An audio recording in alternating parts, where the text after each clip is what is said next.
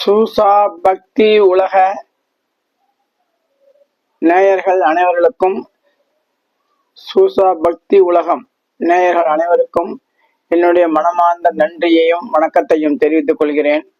கோடான கோடி மக்களின் ஆதரவுகள் கட்டாயம் தேவை. இது நான் வியாபார நோக்கத்தோட பண்ணல. நிறைய பிரபஞ்சத்துல மக்களுக்கு ஆன்மீகத்தை பத்தி எல்லாம் சென்றடையணும் அப்படிங்கிற நோக்கத்தோட பண்றேன். இதை பார்த்த உடனே எல்லாரும் தயவு பண்ணி கிளிக் பண்ணி ஃபார்வேர்டு பண்ணுங்க. சரி, பார்த்துட்டு வச்சுக்காதுவோம். எந்த அளவுக்கு ஃபார்வேர்டு பண்றாலோ அந்த அளவுக்கு உங்களால மற்றவர்களுக்கு ஒரு சமாச்சாரம் தெரிஞ்சு அந்த கோவிலுக்கெல்லாம் போக போக போக அவளுடைய பாவங்களும் கர்மாக்களும் போக உங்களுக்கு அந்த புண்ணியங்கள் கிடைக்கும். ஆகையினால இந்த வீடியோ பார்த்த உடனே எல்லாரும் நீங்க அடுத்த வாழ்க்கை ஃபார்வேர்டு பண்ண நினைப்புங்க. காஞ்சி காமகோடி பீடாதிபதி ஜெயகுரு சங்கராச்சாரிய சுவாமிகளின் அனுகிரகத்தாலும் ஸ்ரீ சாய்நாத சுவாமி அவர்களின் அனுகிரகத்தாலும் வீரதீர ஆஞ்சநேயர் பகவானின் ஆசீர்வாதத்தாலும் இதை துவங்குகின்றோம். இப்ப நம்ம பேச போறது பார்க்க போறது என்னன்னு கேட்டேன்னா சனி பயிற்சியை பத்தி. எவ்வளவோ சனி பயிற்சி, வருஷம் சனி பயிற்சி வருது, குரு பயிற்சி வருது, ராகு கேதி பயிற்சி வருது. இந்த சனி பயிற்சியுடைய ஒரு தாத்பரியம், ஒரு ஸ்பெஷாலிட்டி என்ன அப்படின்னு கேட்டேன்னாக்க, நிறைய கிரகங்கள் ஒரே வீட்டுல இருக்கு. 6 கிரக சேகரை, 7 கிரக சேர்க்கை சொல்லிட்டு இதே போல நிறைய கிரகங்கள் ஒரே இடத்துல இருந்திருக்கு. அதனால 30 வருஷம் 40 வருஷம் 50 வருஷத்துக்கு அப்புறம் இதே போல ஒரு கிரக சேர்க்கை எல்லாம் ஏற்பட்டிருக்கு. இந்த வருஷம் எந்த ஒரு சனி பயிற்சினாலையும் யாருக்கும் அவ்வளவா பாதிப்பு கிடையாது. அதை பத்தி யாருமே பயப்பட வேண்டாம். ரெண்டாவது, என்னை பத்தி நான் சொல்லுவேன், சனி பயிற்சியை பொறுத்தவரையும் யாருமே பயப்பட வேண்டாம். ஏன்னா சனி பகவான் ஒரு நீதி அரசர். அவர் நீங்க எந்த அளவுக்கு தப்பு பண்றீங்களோ அந்த அளவுக்கு பனிஷ்மெண்ட் கொடுப்பார். நீங்க தப்பு பண்ணாம இருக்கும் பட்சத்தில் சனி பயிற்சியை பத்தி நீங்க கவலையே பட வேண்டாம்.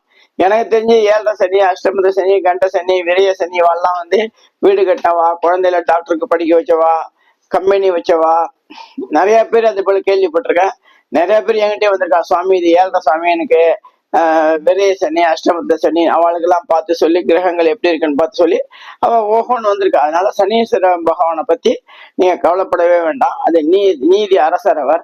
அதனால இப்போ சனீஸ்வர பகவான் கோயிலுக்கு எப்படி போகணுங்கிற முறையை முதல்ல சொல்றேன். நேர போனேன், நான் சனீஸ்வர பகவானை பார்த்தேன் வந்துட்டேன் அப்படின்னு இருக்கக்கூடாது. திருநள்ளாறு போறவா எங்கெங்க போகணும்னு சொல்றேன் பாருங்க. அந்த தஞ்சை மாவட்டத்தை சுத்தி உள்ளவா திருநள்ளாறு போகலாம். திருக்கொல்லிக்காடு அப்படிங்கிறது பொங்கு சனீஸ்வரர். திருத்துறைப்பூண்டிக்கும் திருவாரூருக்கும் சென்டர்ல இருக்க திருக்கொல்லிக்காடு, அங்க போகலாம். அதே போல திருநெல்வேலி, கன்னியாகுமரி, திருநெல்வேலி மாவட்டத்தில் உள்ளவங்க நம்ம ஹரிகேசநல்லூர் அங்க போகலாம். ஹரிகேசநல்லூர்ல என்ன விசேஷம்னு கேட்டீங்கன்னாக்க, சனீஸ்வர பகவானுடைய மனைவி சேதாதேவி மடியில மாந்தீஸ்வரர் வச்சு உட்காந்துருப்பா. அதனால அந்த கோயிலுக்கு போனாங்க, அவ்வளவு விசேஷம். பக்கத்துல தேனிக்கும் பக்கத்துல அங்க ஒரு கோவில் இருக்கு, அங்க போகலாம். சென்னையில உள்ளவங்க நம்ம பொய்ச்சலூர் சொல்லிட்டு பம்மலுக்கு பக்கத்துல இருக்கு, அங்க போகலாம். எல்லாரும் திருநள்ளாறு தான் போகணும் அவசியம் கிடையாது. அதே போல எந்த சனீஸ்வர பகவான் கோயிலுக்குன்னு இல்லை, எந்த நவகிரக கோயிலுக்கு போனாலும் பிரசாதத்தை நீங்க ஆத்துக்கு எடுத்துன்னு வரலாம். அந்த கொடுக்குற பிரசாதம் நீங்க நைவேத்தியம் பண்றது, அர்ச்சனை பண்றது, அதெல்லாம் கொண்டு குழந்தைகளுக்கு ஆத்துல கொடுக்கலாம். யாரோ ஒருத்தர் தேவையில்லாம சொன்னாங்கன்னு சொல்லிட்டு அப்படியே வச்சுட்டுலாம் வர வேண்டாம். அது பகவானுடைய பிரசாதம். அது நீங்க என்ன பண்றீங்க, கொண்டு ஐயர்கிட்ட கொடுக்குறீங்க, ஐயர் உங்க பேரை சொல்லி நட்சத்திரத்தை சொல்லி அந்த பகவானுக்கு அர்ச்சனை பண்றார். அப்ப அது பகவானுக்கு போயிடுறது. அது அந்த பகவான் பார்த்து சாப்பிட்டுட்டு உங்கள்கிட்ட கொடுக்குறாரு. அதை கொண்டு நீங்க குழந்தைகளுக்கு அந்த விபூதி இட்டு அந்த தேங்காயை கொடுத்து சாதம் கொடுத்தாலும், அந்த பிரசாத சக்கரமங்களோ எள்ளுமிச்ச சாதமோ எள்ளு சாதமோ என்ன கொடுக்குறாலோ அது குழந்தைகளுக்கு கொடுங்க, சௌரியமா இருக்கும். எந்த சில ராசிக்காரர்களுக்கு பரிகாரம் பண்ணிக்கோன்னு சொல்றான்.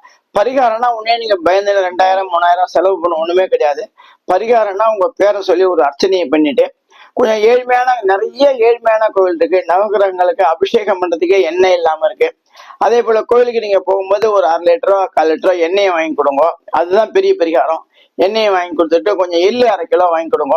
அப்ப சனிக்கிழமை என்ன பண்ணுவாங்க, அந்த எள்ளை வித்து அந்த கோயிலுக்கு ஒரு வருமானமாகும்.